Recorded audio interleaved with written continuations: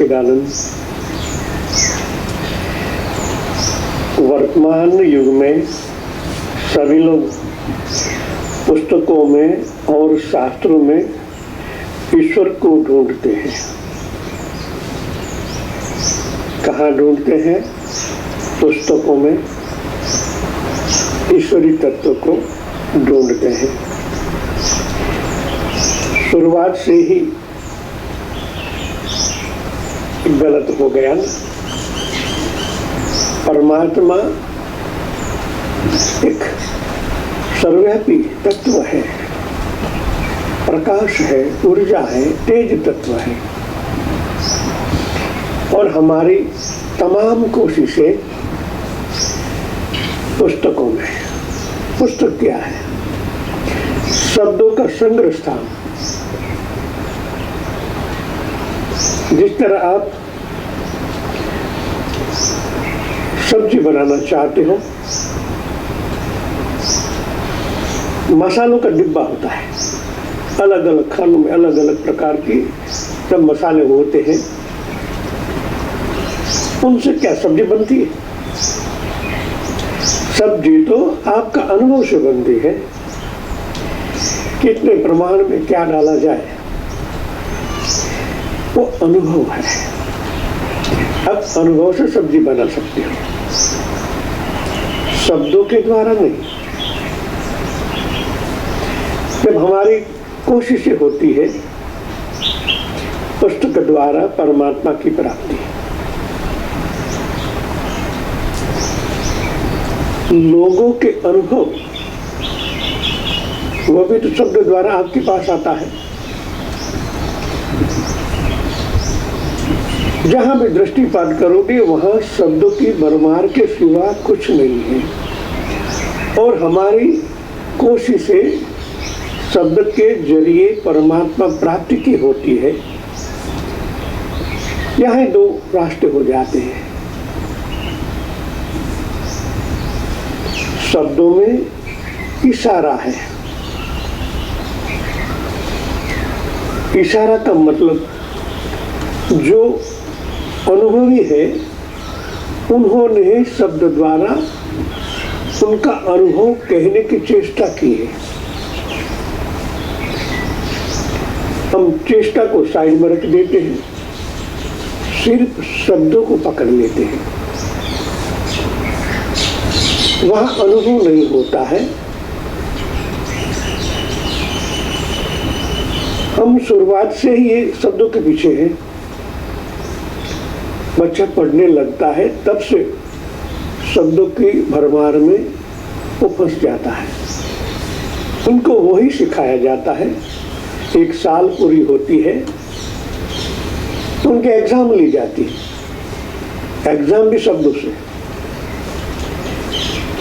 याद रखना पड़ता है। पूरा पुस्तक जो क्वेश्चन आते हैं उनका आंसर भी उनमें ढूंढते हैं, वो मिल ही जाता है। ये भरमार हमारे अंतःकरण में अवतरित हो गई है। यहाँ परमात्मा की बात है।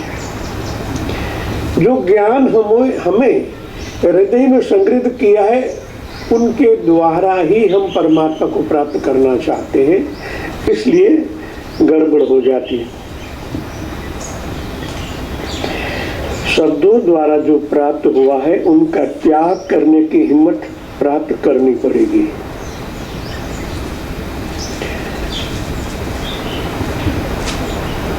जो गुणों से परे है, सर्वव्यापी है, उनको प्राप्त करने के लिए कुछ हिम्मत बतानी पड़ेगी। जो रास्ते से आज तक हम चले हैं, आज तक मंजिल को प्राप्त नहीं कर सके हैं, तो कभी तो रुकना पड़ेगा। तो इतने सालों के बाद भी इस पुस्तक द्वारा हम परमात्मा को प्राप्त नहीं कर सके हैं, तो कुछ और रास्ता अपनाना पड़ेगा, और रास्ता अपनाने की हिम्मत जुटानी पड़ेगी। चिंतन करना पड़ेगा, भाई मेरा पूरा प्रयत्न है फिर भी कुछ नहीं प्राप्त हुआ। या तो जो पुस्तक लिखे उनके पास जाना पड़ेगा, कि भाई आपने जो पुस्तक में कहा है ऐसा अनुभव मेरे को होता नहीं है, कहाँ मेरी गलती है, ये कहने की हिम्मत भी जुटानी पड़ेगी, तब जाके कुछ होगा। उसको हटाकर दूर करना पड़ेगा। इनमें से को होगा कि इसमें गलत क्या है। वह गलत इसलिए है कि वह उधार लिया हुआ है। जो ज्ञान मेरा नहीं है वह ज्ञान हो ही नहीं सकता। ये अनुभव की बात है।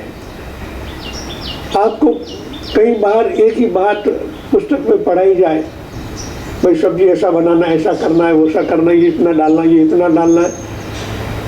जब आप एक बार अनुभव कर लेते हैं तो बाद में पुस्तक पढ़ने की जरूरत नहीं होती। इसी तरह अनुभवी के पास बैठने से जो सर्वव्यापी तत्व की अनुभूति आप करते हो, वही अनुभव आपको जीवन में काम आएगा। बुद्ध भगवान को ही देख लो। जब बुद्ध भगवान बैठते थे, उनके सामने उनके शिष्य बैठते थे,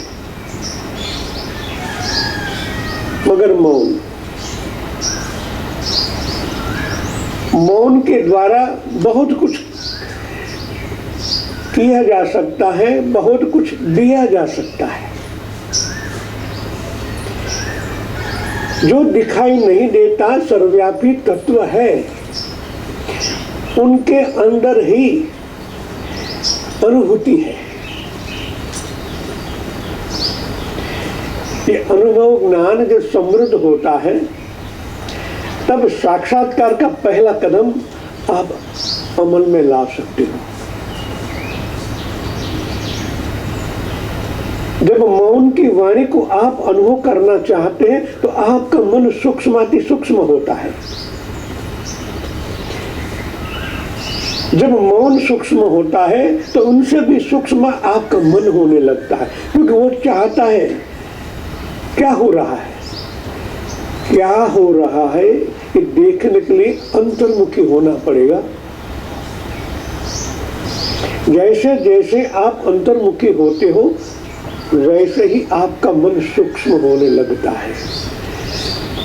जब जैसे सूक्ष्म होने लगता है तो जो नहीं दिखाई देते हैं, नहीं दिखाई देता है, वैसा कुछ अनुभव होने लगता है, स्पंदनाओं का, वाइब्रेशन का।